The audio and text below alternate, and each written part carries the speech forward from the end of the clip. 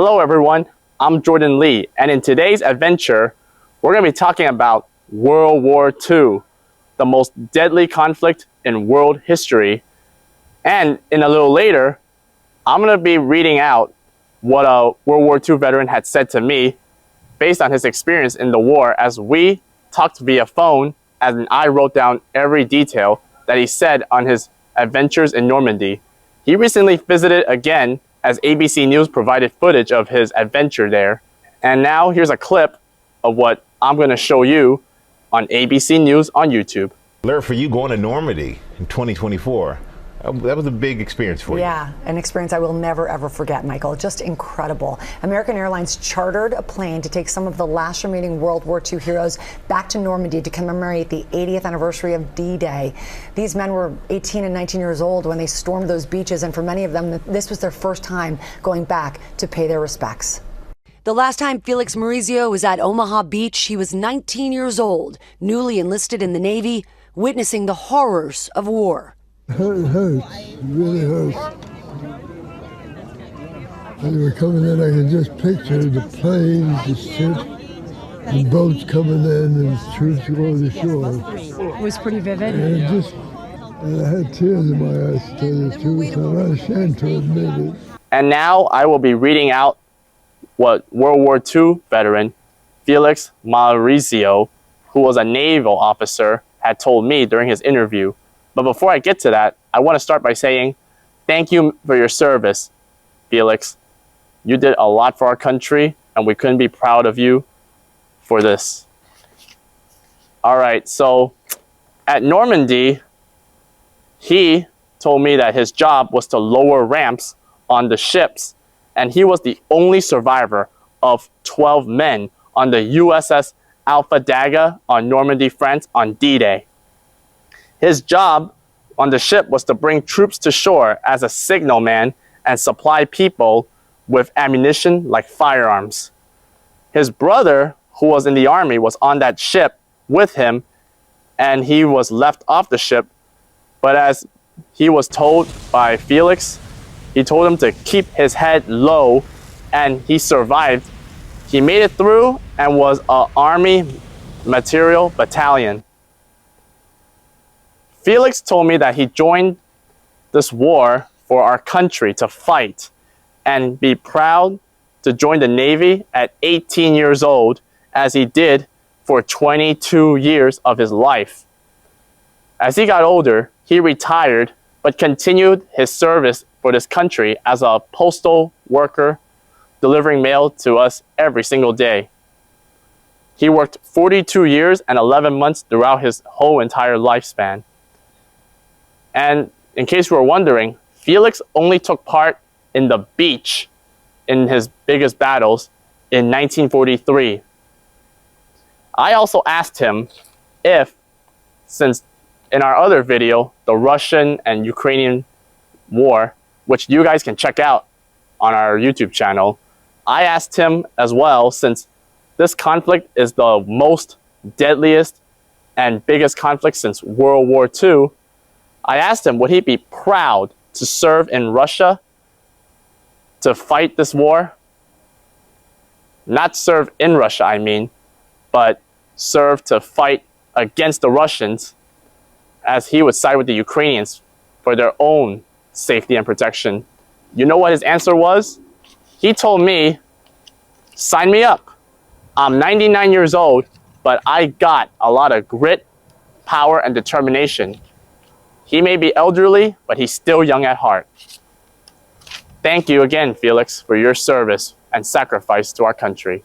I'm very proud of you, and I want to thank you for this exclusive interview. This conflict starts after the Germans lost in World War I, where cities were decimated and the economy was flattened. Nazi leader Adolf Hitler would come to power in 1933, eliminating freedom, and began to fault many minorities as problems for the loss of the Great War. Everyone believed him and followed along for a crude awakening. Hitler then made alliances with Japan and Italy, thus forming the Axis powers. They all started threatening their neighbors slowly before 1939, when the Germans invaded Poland. This immediately meant the Second World War had begun. France and England then declared war against Germany right away. The USA just sent supplies in the meantime while staying neutral. At first, France fell to Hitler right away after Poland did, followed by Denmark, Norway, Belgium, Luxembourg, and the Netherlands. The Soviets had an agreement with Germany on occupying Poland at first, but Hitler broke their deal and invaded them, thus causing the USSR to join the Allies. Japan, meanwhile, took over lands in Asia and the Pacific. Back in Europe, the French resistance of civilians fought back against the Nazis after occupying their land. The UK was then bombed in the Blitz by the Nazis, but still fought hard to not be overran by Hitler. Neutrality then ended for the USA in 1941 when Japan bombed Pearl Harbor in Hawaii. President FDR then said, "This day would live in infamy." Japanese Americans were sent to internment camps to avoid cases of being an enemy spy. In the meantime, Germany and Italy continued to conquer lands in Africa while fighting the UK and US in the ensuing conflict. In winter 1942, when the Germans drove into the USSR, they were then driven out immediately. Then in June 6, 1944, D-Day happened, where the Allies arrived to fight the Germans off. They arrived in Normandy, France, to march down to erase German-occupied lands. Meanwhile, Italy had already surrendered due to lack of resources to fight on. At the same time of the battles, the Nazis were too exterminating Jews in the Holocaust, which you can learn more in our 2 Holocaust videos. USA President Roosevelt, USSR leader Stalin, and UK's Churchill formed the United Nations to focus on post-war rebuild of Europe. Soon, the US and UK on the west met up with the USSR on the east to come together and end Hitler's reign, right before he committed suicide in April 1945, thus leading to the surrender of Germany and fall of Nazi Germany. Victory Day in Europe was then celebrated as the war rages on in the Pacific.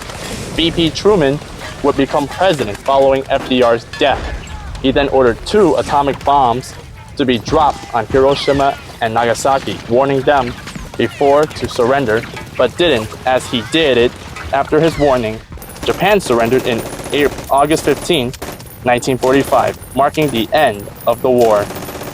The surviving leaders, generals, and soldiers of the Axis powers were then sent to trial in the Nuremberg trials, where some received life sentences or were jailed for life in the end of the 6-year war.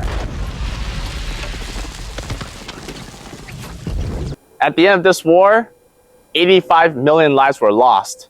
But not only that, but this war set the stage for the Cold War, a 5 decades-long standoff between the USA and the USSR, which that is for another story later on.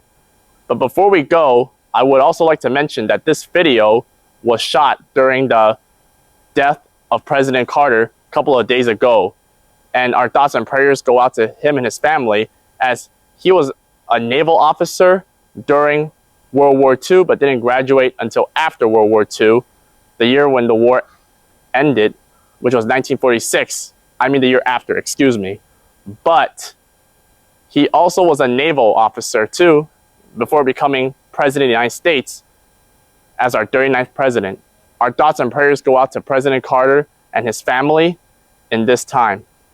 This is Jordan Lee here saying thank you for watching, and I hope to see you on our next adventure.